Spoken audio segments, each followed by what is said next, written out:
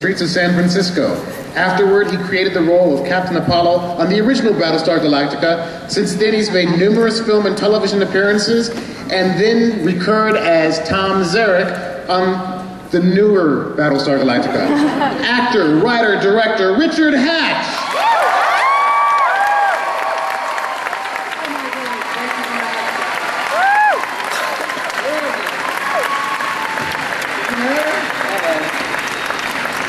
A graduate of the Victoria Motion Picture School, our next guest also studied at Vancouver's Lyric School of Acting. He played Agent Paul Ballard on Joss Whedon's Dollhouse.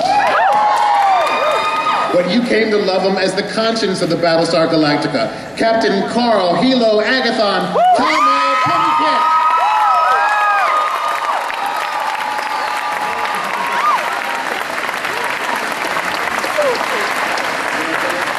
After 20 years of stage work on the East Coast, she broke through with her Oscar-nominated role in Dances with Wolves.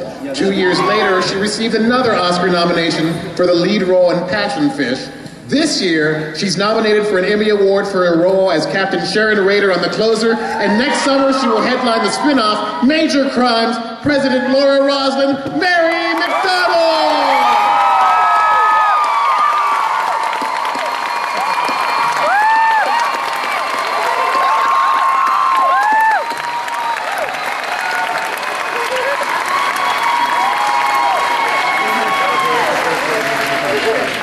In an alternate universe, our final guest might have become a professional baseball player or a rock star.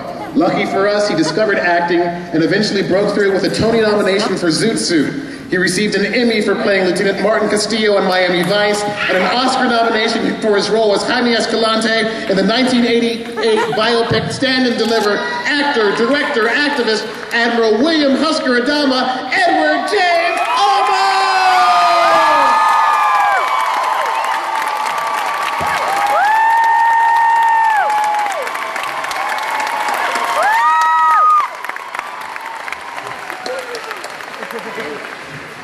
Couple of ground rules. No flash photography, please.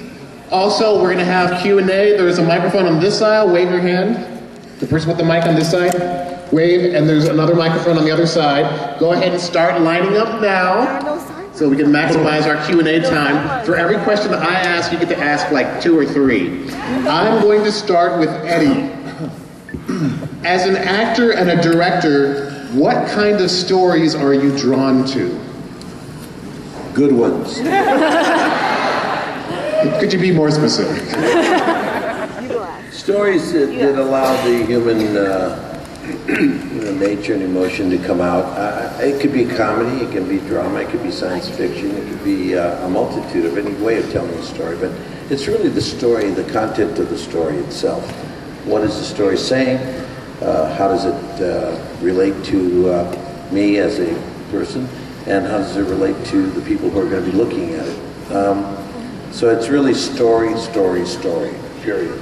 And how I pick it is the passion that it gives me, period. Thank you. This side. Well, no, that's not going to happen. That's a lie. I just want to say I love the show, as I'm sure everyone else here would love to say also. My question is for Tomo.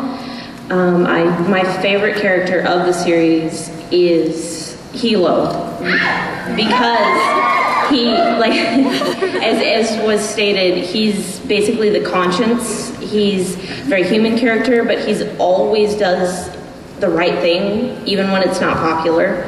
And my question was that something that you developed? Did the writers bring that? Was that kind of planned from the beginning? Yeah, no, there's, I definitely didn't do that with the writers, but I'd like to think, I don't know if you were at the last panel, but I think one of the biggest lessons I learned in this business, you gotta understand, a lot of the supporting cast, Jesus, that's loud, huh? A lot of the supporting cast, when we started off in this show in the first couple seasons, were very green, right? Yeah, and you know, we're acting with these great actors, Mary McDonald, Edward James Olmos, the entire cast, like the veterans, they've been around a long time. We had a lot to learn, but I learned right away in first season when I would do that extra work on small scenes that were kind of the C storyline, and do some extra backstory with Grace Park and things like that that I could actually